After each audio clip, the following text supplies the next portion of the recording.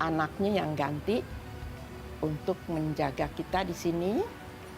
Nah, setelah itu anaknya mau pulang lagi ke Belanda. Nah, semua harus diberi nama. Jadi dia yang memberi kita nama.